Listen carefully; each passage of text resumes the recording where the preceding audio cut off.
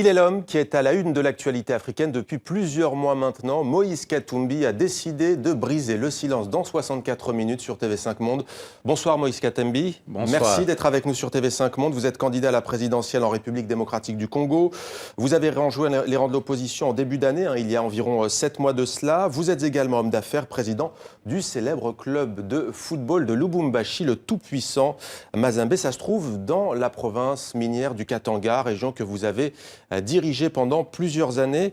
Moïse Katumbi, vous avez quitté votre pays, la République démocratique du Congo, le 20 mai dernier, précipitamment, pour des raisons médicales. Comment allez-vous? Je vais bien pour le moment. De quoi souffrez-vous? Vous savez, j'ai eu des problèmes quand j'étais à Lubumbashi parce que j'étais convoqué par le tribunal de Lubumbashi et j'ai eu 3 jours d'audition. Le dernier jour, j'ai été agressé par les policiers congolais qui m'ont piqué même une piqûre. Il y a eu des policiers qui voulaient même tuer mon grand frère qui était à côté de moi. Ils m'ont confondu avec mon grand frère et j'ai eu un problème de respiration aussi. J'ai été acheminé à l'hôpital et le gouvernement ne voulait pas suivre le rapport de médecin, de mes médecins traitants à Lubumbashi. Ils ont envoyé leur propre médecin légiste pour qu'on puisse m'autoriser d'aller à l'étranger. Et ils m'ont autorisé. Il y a eu un communiqué du procureur général de la République m'autorisant de sortir et d'aller continuer avec les soins dans un centre approprié. Quand vous dites une piqûre, ça laisse penser éventuellement à un empoisonnement. Est-ce que c'est une piste plausible selon vous? Vous savez, j'ai eu une infection dans le sang à cause de cette piqûre. J'avais des douleurs énormes.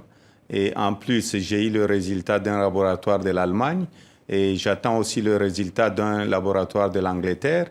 Je viendrai vous voir et je vais montrer à la population congolaise et au monde entier ce que notre gouvernement est en train de faire à ses propres enfants. Alors vous avez été condamné, Moïse Katumbi, à 3 ans de prison ferme récemment dans un litige immobilier. Vous avez aussi été inculpé pour atteinte à la sûreté de l'État. La justice congolaise vous accuse d'avoir recruté des mercenaires, notamment américains. Que répondez-vous sur ces 2 affaires? Vous savez, c'est d'abord de fausses condamnations. On veut seulement nuire à la personne de Moïse Katumbi parce que la maison sur laquelle on m'a condamné, d'abord, on n'avait pas le droit de me condamner parce que moi, j'étais sorti légalement avec une autorisation du procureur général de la République. Il y a eu une citation directe à mon absence et j'étais condamné par défaut. On a même refusé à mes avocats de siéger. Donc, ce n'est plus la justice dans notre pays. La justice, malheureusement, est inféodée. Mais les gens doivent faire très attention parce que le jour qu'il y aura la première alternance, le 19 décembre 2016, je porterai plainte. Et là où il y aura quand même un état de droit pour que ces gens qui sont en train aujourd'hui d'induire la justice dans des erreurs énormes soient aussi condamnés. Alors sur l'affaire immobilière, vous dites pour vous défendre que c'est la maison dans laquelle vous avez grandi depuis votre enfance, au fond. Elle appartenait à votre grand frère, donc vous vous dites innocent. Concernant cette fois cette affaire plus politique, disons entre guillemets, sur cette affaire de recrutement présumé de mercenaires, que dites-vous? Vous savez, la maison, c'est une maison qui appartenait à mon grand frère. J'ai été dans cette maison à l'âge de 6 ans. Le titre est encore intact. Si le soi-disant grec devait porter plainte, c'était à mon grand frère. L'affaire de mercenaires, est-ce qu'on a montré les activités de mercenariat dans notre province? C'était une façon de nuire à ma personne et aussi une façon de dire que Moïse Katumbi ne sera plus candidat à la présidence de la République. Je suis candidat parce que c'est des fausses accusations. Je vais rentrer au pays parce que le combat que j'ai, c'est un combat pacifique pour la première alternance au pouvoir dans notre pays. Juste une question quand même sur cette question des mercenaires. Vous serez bientôt aux États-Unis. Il y aura dans cette réunion, cette table ronde, il y aura le James Logan Jones, ancien conseiller à la sécurité de Barack Obama, qui lui-même préside la société de sécurité, qui vous fournissait les gardes du corps. Vous savez d'abord... Est-ce qu'il n'y a pas un conflit d'intérêts? C'est une honte d'abord. Tout le monde connaît le général Jones. J'ai eu un consultant parce qu'on m'avait retiré la sécurité. On a voulu kidnapper mes enfants à l'école. Il y a eu un accident contre moi. On veut éliminer Moïse Katumbi. Et je suis allé demander au général John comme il avait une société de sécurité, pour m'envoyer un consultant. Et on a arrêté le consultant qui était à Lubumbashi. Le général Jones, ce n'est pas un mercenaire. C'est la moindre des choses. Les gens qui ont fait ces rapports, ils ont induit le gouvernement congolais et dans des bêtises énormes parce que le général Jones, tout le monde le connaît, il n'a pas travaillé que pour la sécurité du président Obama. Il était le patron de l'OTAN, il était commandant de la marine, c'est quelqu'un d'intègre. Ce n'est pas à Washington qu'on recrute les mercenaires. Alors quand est-ce que comptez-vous rentrer en République démocratique du Congo? Parce que le parquet congolais avait dit vous pouvez partir pour recevoir des soins à l'étranger, mais vous étiez astreint au silence, c'était la condition. Est-ce que vous allez rentrer prochainement au pays? Vous savez, j'étais d'abord condamné. Si le parquet devait respecter ce que le parquet avait dit, d'abord le parquet devait respecter sa propre parole, soi-disant que je venais pour le soin. Le même parquet qui m'avait autorisé m'a condamné injustement. Pour moi, c'est une fausse condamnation, c'est pour intimider Moïse Katumbi. Ils se sont trompés de cible parce que je veux rentrer au pays et je suis candidat à la présidence de la République. Et je demande au peuple congolais que je vais rentrer et je vais annoncer la date de mon retour. Alors justement, selon la constitution du Congo-Kinshasa, puisque vous évoquez cette présidentielle, Joseph Kabila, le président de la République congolaise, ne peut pas briguer de troisième mandat, mais la Cour constitutionnelle a tranché. Il pourra rester en fonction après la fin de son mandat, c'est-à-dire grosso modo novembre-décembre, si le scrutin n'a pas lieu. Vous savez, la Cour constitutionnelle n'a pas le droit de donner même une minute de plus au président Kabila. La Cour constitutionnelle n'est pas au-dessus de la Constitution et la Cour constitutionnelle n'a pas dit que le président Kabila pouvait rester au pouvoir. La Cour constitutionnelle n'a pas demandé à la CENI de retarder l'élection présidentielle. La commission électorale. Oui, la CENI, qui est la commission électorale, n'a pas demandé à la Cour constitutionnelle n'a pas demandé de retarder l'élection dans notre pays. Donc, au mois de septembre, la Cour constitutionnelle est obligée de convoquer l'élection présidentielle parce que le 19 décembre 2016, le président Kabila ne sera plus président de la République. Mais la présidentielle peut-elle se tenir dans ce contexte? On le voit quand même très tendu. Bien sûr, bien sûr. Ça, ce sont des manœuvres que le pouvoir est en train de faire pour rester au pouvoir et nous n'allons pas permettre ça. Cette année-ci, c'est une année pour l'élection présidentielle et c'est une année d'une grande fête chez nous parce que ça sera la première alternance. Et le président Kabila doit laisser une histoire, dire j'étais le premier président à quitter le pouvoir pacifiquement. Mais vous étiez avec le pouvoir il y a encore très peu, je l'ai dit, il y a 7 mois. Vous avez rejoint les rangs de l'opposition et du Front citoyen. Vous êtes ensuite désigné candidat à cette présidentielle par les opposants du G7 et par des opposants de l'Alternance pour la République. Pourquoi vous avez changé de camp? Vous savez, j'étais dans la majorité présidentielle. J'étais dans la majorité présidentielle. Si le président Kabila allait respecter la Constitution, j'allais rester dans la majorité présidentielle. Parce que vous savez, la Constitution, c'était un consensus. Personne n'avait gagné la guerre. Donc, on était obligé de respecter cette Constitution. Il y a eu des millions et des millions de morts. Et si j'ai accompagné le président Kabila, j'étais parmi les gens qui disaient au président, attention, on doit respecter la Constitution parce que retomber encore dans des troubles dans notre pays, ce serait une très mauvaise chose pour le pays. Et le plus important pour moi, il faudrait que le président Kabila puisse corriger ce qu'il est en train de faire. Il doit savoir qu'il y a un temps, il y a un temps pour tout. Il y a aussi une vie après la présidence de la République. Nous voudrons voir le président Kabila à Kinshasa, après le 19 décembre, après une passation pacifique. L'opposant historique Étienne Tshisekedi, à qui l'on posait récemment la question suivante, pensez-vous que le candidat à la présidentielle Moïse Katumbi ferait un bon président de la RDC?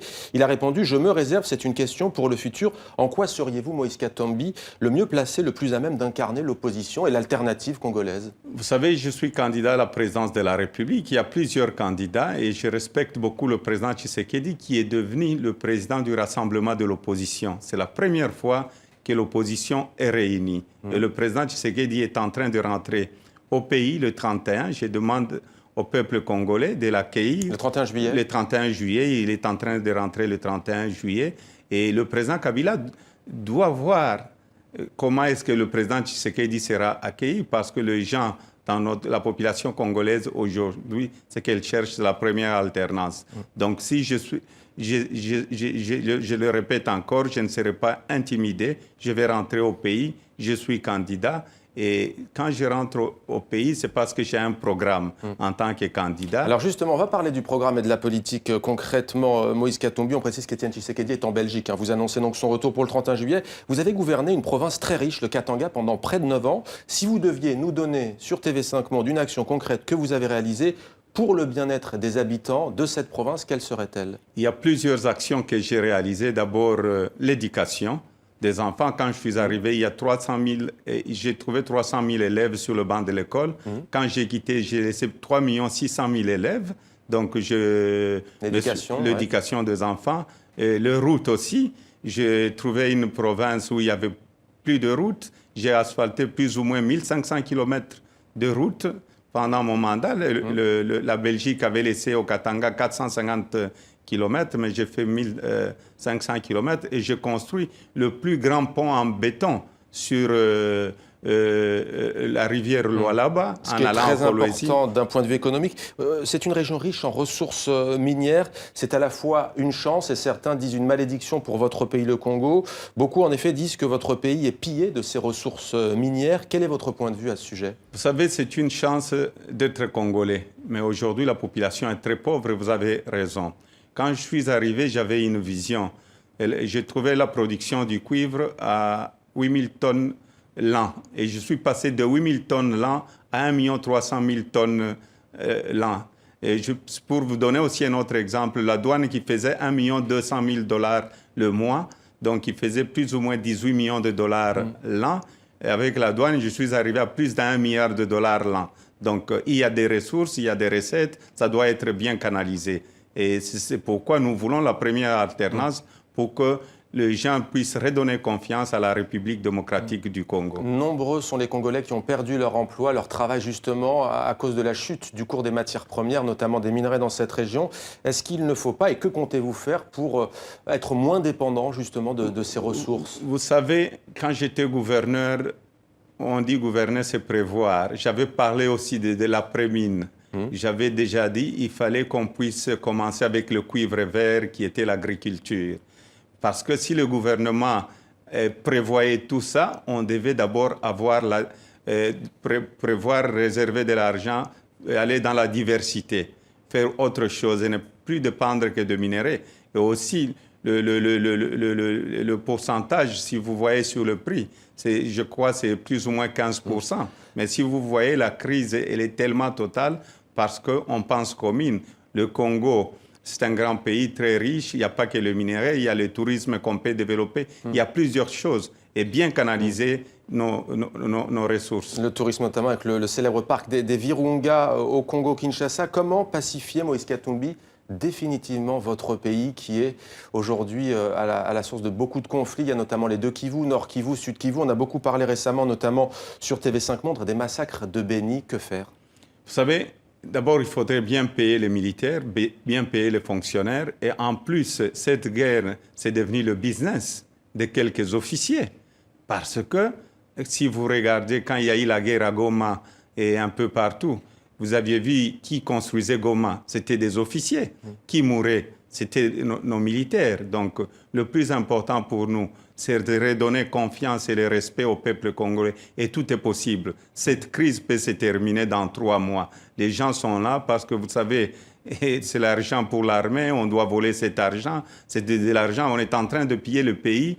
Et en plus, on est en train de tuer la population congolaise. Donc cette histoire, on peut la terminer maximum 3 mois, s'il y a la volonté. Terminons peut-être par une note d'espoir. Quel est-il, selon vous, pour votre pays? On le rappelle, le plus grand en superficie, l'un des plus peuplés d'Afrique, même après le Nigeria. Quel espoir? Vous savez, l'espoir est là parce que c'est le plus grand pays francophone dans le monde entier aujourd'hui, c'est le Congo. Et nous avons aussi le peuple congolais, et c'est un grand peuple. On a une très grande histoire et nous devons nous approprier nous-mêmes de notre propre développement pour que le Congo puisse devenir aussi un jour un pays respectueux. Nous ne voulons pas pleurer tous les jours, nous voulons travailler, donner de l'emploi à tout le monde et améliorer la situation sociale de la population congolaise. Moïse Katumbi, candidat à la présidence de la République démocratique du Congo, scrutin censé se tenir d'ici la fin de l'année 2016. Merci d'avoir répondu à nos questions sur TV5 Monde. Merci beaucoup.